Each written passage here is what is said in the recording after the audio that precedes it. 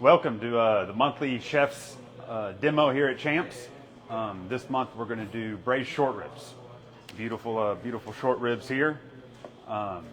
This one here, it's like $16. That's good for a family of 4 or 5 right there. It's going to braise up, cook up really, really nice. Lots of different ways to do short ribs. You can grill them, you can smoke them, but today we're going to show you how to braise them.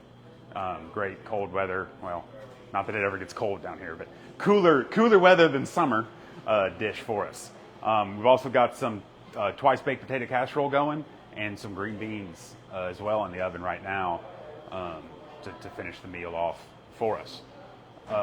This Friday, 4:30 to 6:30. Come down, taste the short ribs, drink some wine with Corey. He picked a nice Malbec with us. That's what we're going to use to cook here in just a second. So, if you want to come over here, we're get it going. So, here I've got my short rib. I've already seasoned it up. I mean, you can do that kind of as early as you want. I've had this sitting out for an hour and a half to come up to room temperature. I went ahead and hit it with some salt and pepper, a little bit of garlic, some cayenne in there for a little touch of spice. We're going to use a little thyme and fresh rosemary. And then I got what I call the South Texas mirepoix. We got the onions and celery and carrots, which is your French mirepoix. Got a little garlic in there, and you got to have the jalapenos for some heat. This is the wine that we're going to be tasting on Friday, and that's what we're going to cook with, the Caken Malbec. Really nice, full flavor wine there. I really did enjoy that. So let's see, get here. Now, if you want to come over here, we got. It's almost hot. What I'm looking for is the little oil legs on there. I want it to kind of shimmer when it separates, kind of like that there. Don't want it to smoke, but just do want it to sear and go good. So this is a 80-20 blend, olive oil and vegetable oil. Now I'm gonna push it down to keep it in contact with the pan the whole time. You know, some people wrap a brick with foil and that's what they're used. Some people, you have your hamburger press that's real heavy. People can use that too. I just like to sit there and hold it. And I'll take it up and then I'll go the other way too. Now, this is also gonna create a bunch of fond that y'all know I'm fond of in the bottom of the pan. That's just all good flavor. And we'll get that going. I'm pushing fairly hard. It's going to want to, when that heat hits it, it naturally wants to squeeze in like that, and the ends kind of curl up. So I'm trying to keep it from doing that. It wants to stay away from the heat if it can. All right, now I'm going to grab some carrots. I'm going to put the carrots in first while the meat's still in there, because I need to get a little more color on the carrots before I put everything else in. Yeah, it's pretty good. We can go a little bit more. You see now, like that, I don't want to sear anymore, but I do want to hear over here. So what I'll do is I'll put that in there, and I'll just push right where I want it to sear.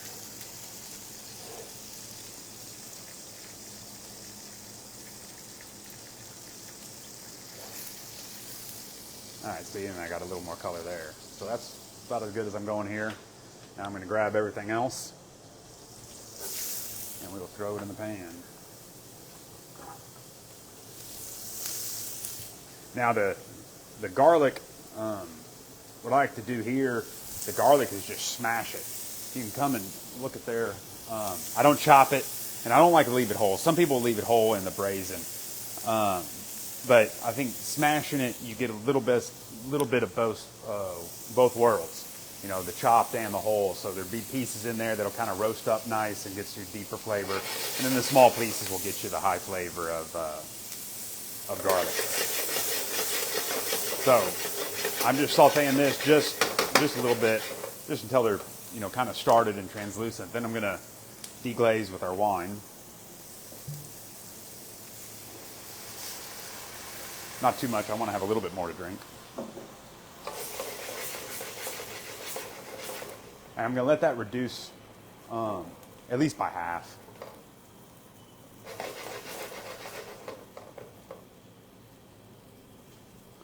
And then we'll hit it with some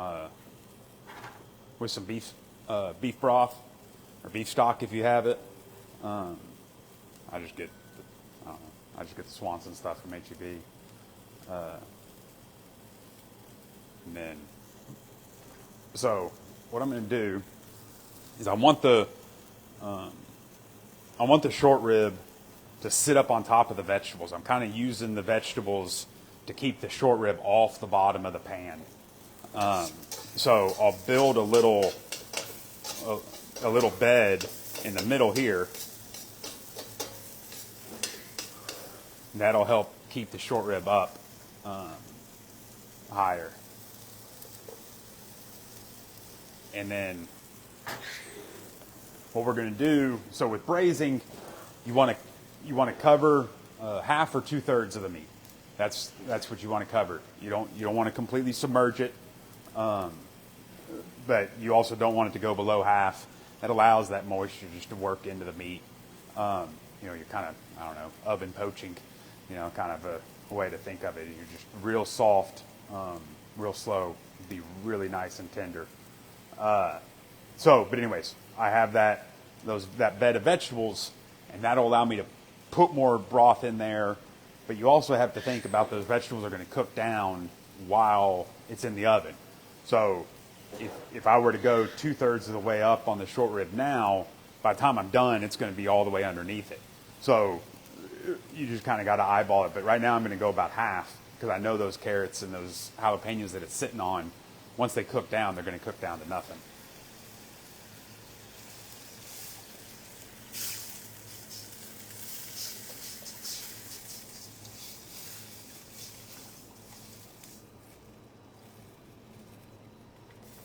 So, all right, so I got that. Now, through the magic of a TV, I've got one here. We're going to cover this up here. Oh, and then so I've got rosemary and thyme. I'm just going to put that on there. The rosemary, and I'm going to put the thyme in the liquid.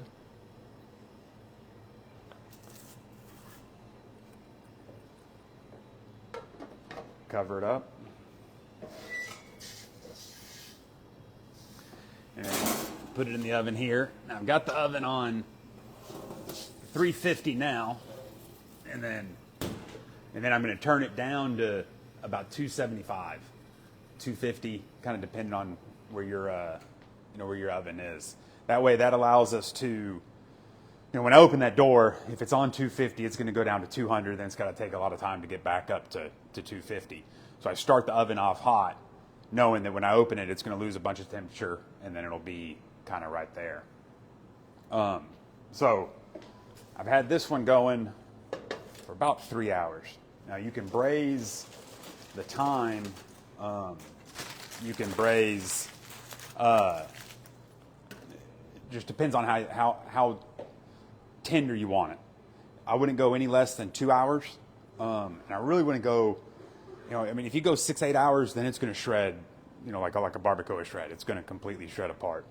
So just kind of depending on where you want to be, how firm you want it is where you want to stop it. This one went for about 3 hours. So I'm going to pull this out of the pan.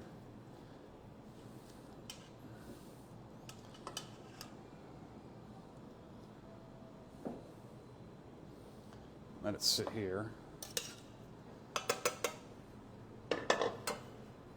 And then, like, you can see how tender this is going to be. Just pull the bones right out.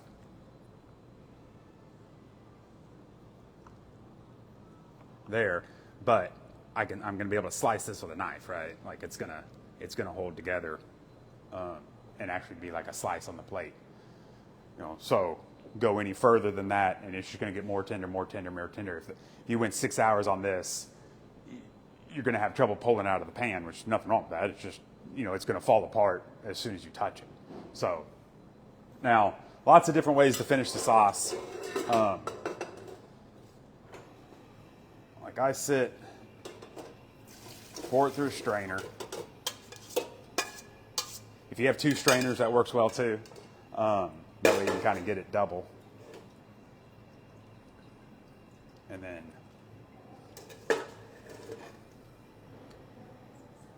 now I'm going to turn a little bit off there. Now there's going to be a fair amount of fat in this sauce. It's a short rib. It's a rib. It's fatty. So what you can do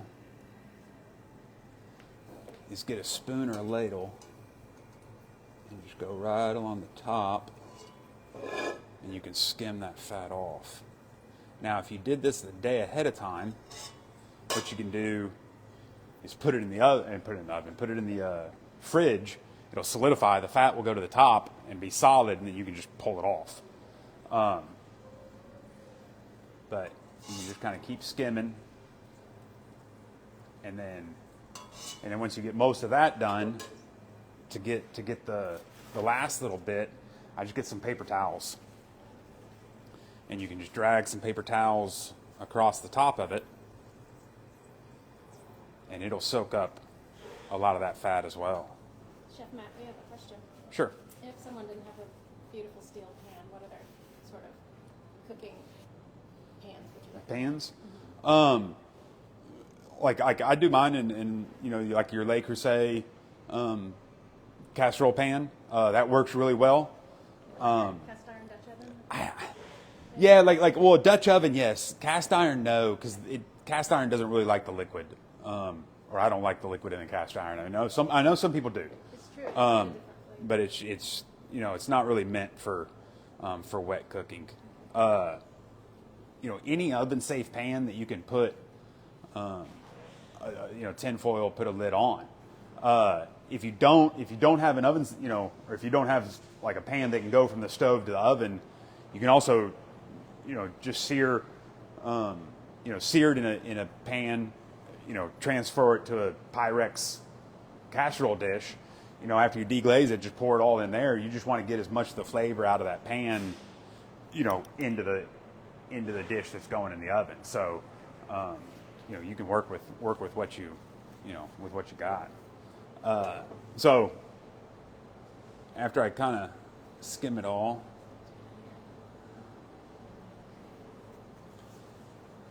there's still a little bit on there. You can see some droplets, but I got most of it.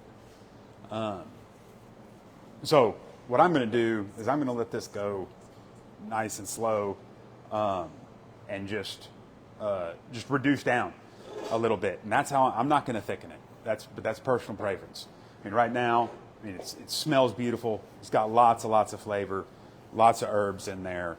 I make mine a little spicy, so it's going to have a little bit of jalapeno kick. You don't like it that spicy? Don't. You want it spicier? Throw some more in there. But if you want to make a gravy, you can make however you make your gravy. You can do it with this here too. Whether you do a cornstarch slurry, whether you make a roux, however you thicken your gravy at the house, you can do the exact same thing with this liquid here if you want it thick. This is going to be more kind of your au jus, kind of sauce there. So to complete the meal here, I'm going to get this out of our way. Now we did some of the Champs twice baked potato casserole here, and the green bean casserole. So kind of complete the meal, all one stop. The meat, let's slam that. The meat and sauce will go great with those potatoes, and we'll keep a little bit of green with us. Have some green beans. But there you go. That's the Champs short ribs braised style. I got it. And then we got Friday from 4:30 to 6:30. We'll be sampling these and pouring some great wine. Now, here. We're gonna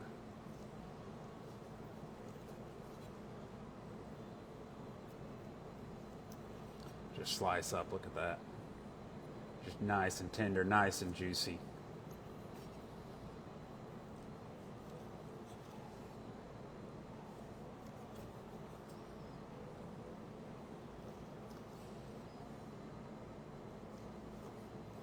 See, but now this is still firm, so it's not quite pulling apart. That's how I like it.